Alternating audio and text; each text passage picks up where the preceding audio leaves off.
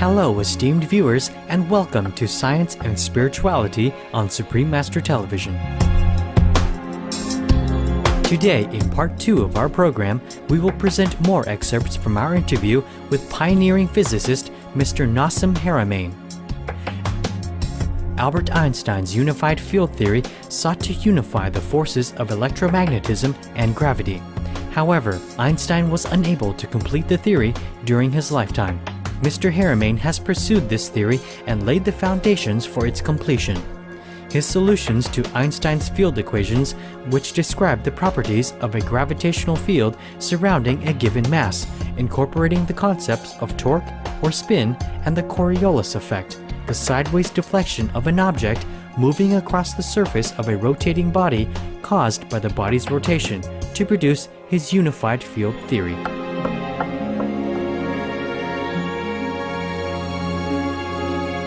In 2003, he founded the nonprofit organization the Resonance Project Foundation in Hawaii, USA, which is dedicated to the unification of all sciences and philosophies emerging from a complete and applied view of the physics underlying the wheelworks of nature.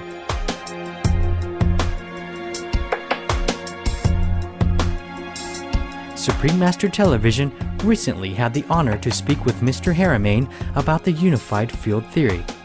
Today, we'll discuss a wide range of subjects with Mr. Haramein, from space travel to the relationships between geometry and spirituality.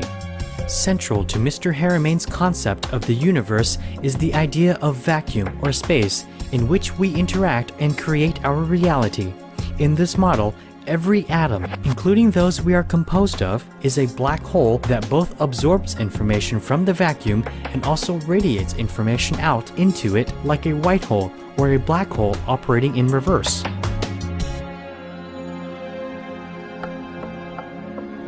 The vacuum as well could be called God. It's everywhere.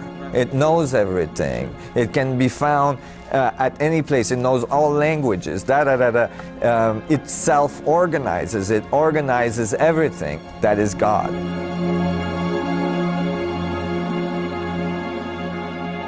Can the power of the vacuum possibly be applied to address urgent issues such as climate change? If we start to understand these new physics, if we start to understand that the atom is a mini black hole that's fed by the vacuum continuously, that's why the electron spins for billions of years with no, apparent input energy, then we start to understand the mechanics of the foundation of creation. Look at the density of the vacuum, which is 10 to the 93 grams per centimeter cube. Let me give you an idea. If I took all the stars in our universe, there's 100 billion to 300 billion stars in the galaxy, and there's billions of galaxies, and I took them all and I put them all in a centimeter cube of space, the density of that centimeter cube would be 10 to the 55th grams per centimeter cube, okay? That is 39 orders of magnitude less than the density of the vacuum. We know it's there. So if we were to extract 1 billionth of a billionth of a billionth of a billionth of a percent of what's there, we would have enough energy to run this whole planet. There would be no pollution, there would be no carbon output, and there would be enormous amount of energy for anybody that needs it anywhere on our planet, anywhere in our universe. Mr. Haramein believes that the time is fast approaching when science will fully understand how the universe operates.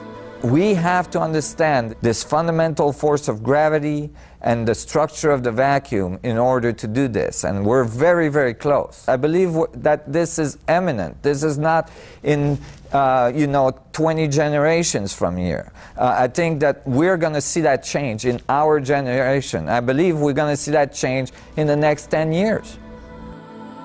Interplanetary travel will no longer be a dream when this new age of science arrives.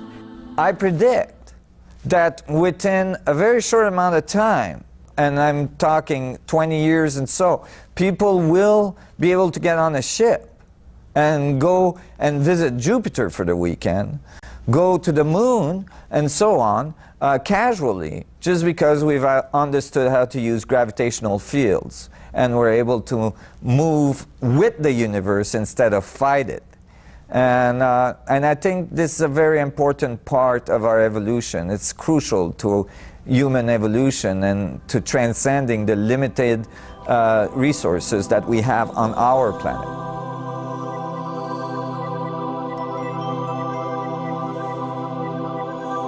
Sacred geometry is said to be a visual expression of the universe. For example, the famous Flower of Life has been carved or etched into many temples and holy places around the world. Another expression of the universe is the double torus shape seen in weather patterns on Earth. Many masters that were able to reach that point of stillness, that point of singularity at the center of their existence, actually witness of the fundamental principle, the fundamental geometric principle, I believe, of creation. That double torus we were talking about is the function of the space-time manifold. But when it goes to the 0 point, where it goes to singularity, where absolute stillness is present, then the geometry goes to the minimum amount of vectors for stability, the minimum amount of vectors for absolute equilibrium. It's looking for absolute equilibrium.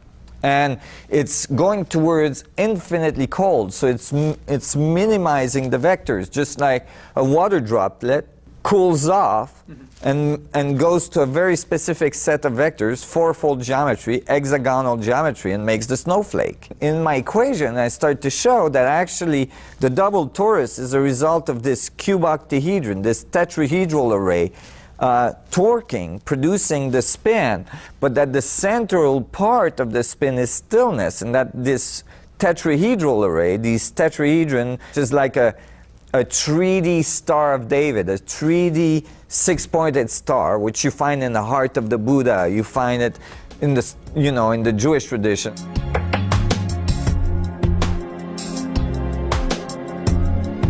When we return, we'll present more of our engaging interview with Mr. Nassim Haramein.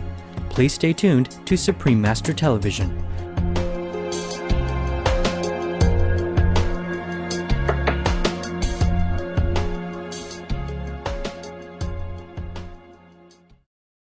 Spirituality is the physics that we haven't yet understood.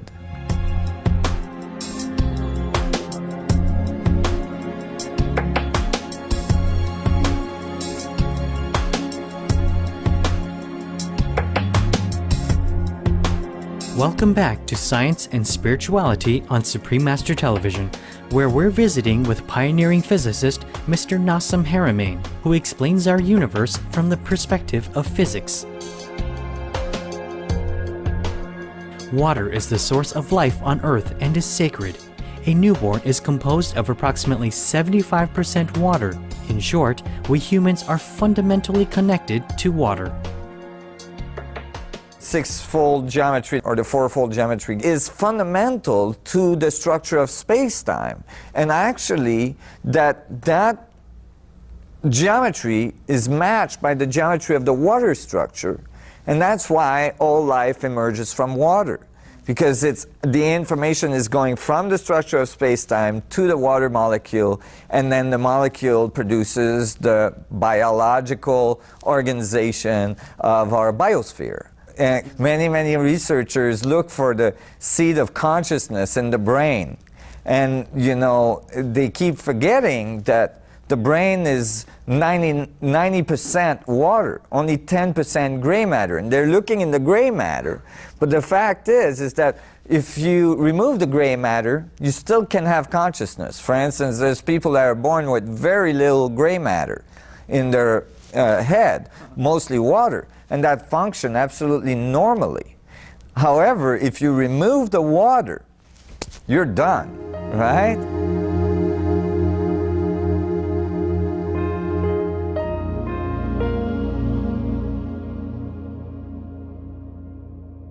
Meditation brings one in tune with the universe and merging with the Supreme Godhead, or the One, is spoken of in many spiritual and religious traditions. Meditation is a way during your awakened state to actually connect with that inner, that part that's going in, that's going towards singularity. That sense of center is like an axe of spin of your body. Is represented in Vedic tradition and Buddhist tradition as the vortex entering the crown and the Kundalini spiral going up. And the chakras are octaves at each level. And so the third eye, the throat, the heart, the aura, and the sexual chakra and the base are all part of the octaves of these spiral that meet at the heart chakra. So now you can start to actually describe some of the most esoteric knowledge in terms of physics and the physics of creation, not just any physics, the physics that makes everything occur. Nassim Haramein believes that when we interact with the vacuum, we receive feedback, thus creating our reality. How then does the law of karma fit into this model? In your view, is there a difference between putting out something positive out there versus a negative? Let's say somebody's doing something positive, good for the world, versus somebody who's, I don't know, polluting a lake, more is on the negative side. Right.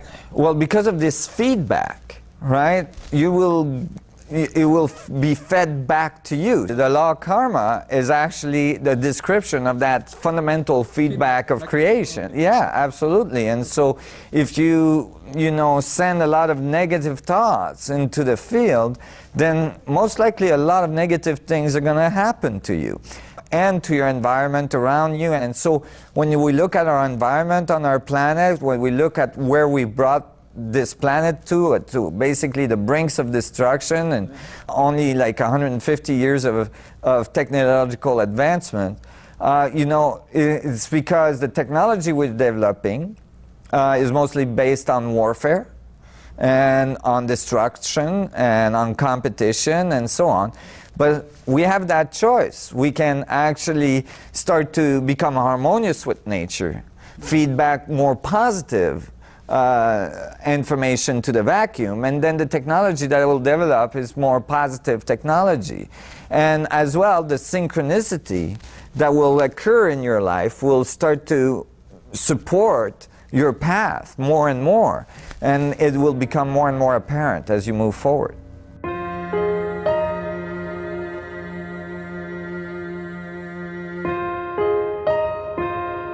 To tap into our true potential, we have to turn inward. I think what's important for the viewers is to know that they have an infinite potential, that within them, not in an esoteric way even, but even in their material existence, all the atoms they're made of is infinite amount of information, infinite amount of knowledge already present within them, that they can access it if they take just a little bit of time, even if it's 5 minutes every day, to just turn their senses inwards and go towards that singularity, go towards that point of stillness within themselves. Meditation, prayer, meditation, any techniques that allows them to turn their senses inwards instead of being outwardy, and just take the time to center, then they get closer and closer and closer to that singularity. They connect with the infinite nature of their existence, the infinite nature of the space around them, and the infinite wisdom that's already within them. And then their dharma will just unfold beautifully, because everybody has a dharma, everybody has a mission, everybody has something to do here. That's very important.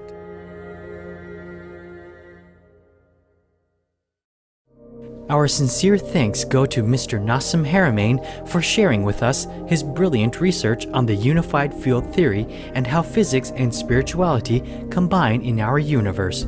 May the Resonance Project Foundation have much success in providing the world with more noble solutions and knowledge so as to help lead our civilization into a new golden era. Books and DVDs by Nassim Haramein are available at www.theresonanceproject.org. Thank you for joining us on Science and Spirituality. Up next is Words of Wisdom after noteworthy news. May your days be filled with love and bliss. For more details, please visit www.suprememastertv.com/is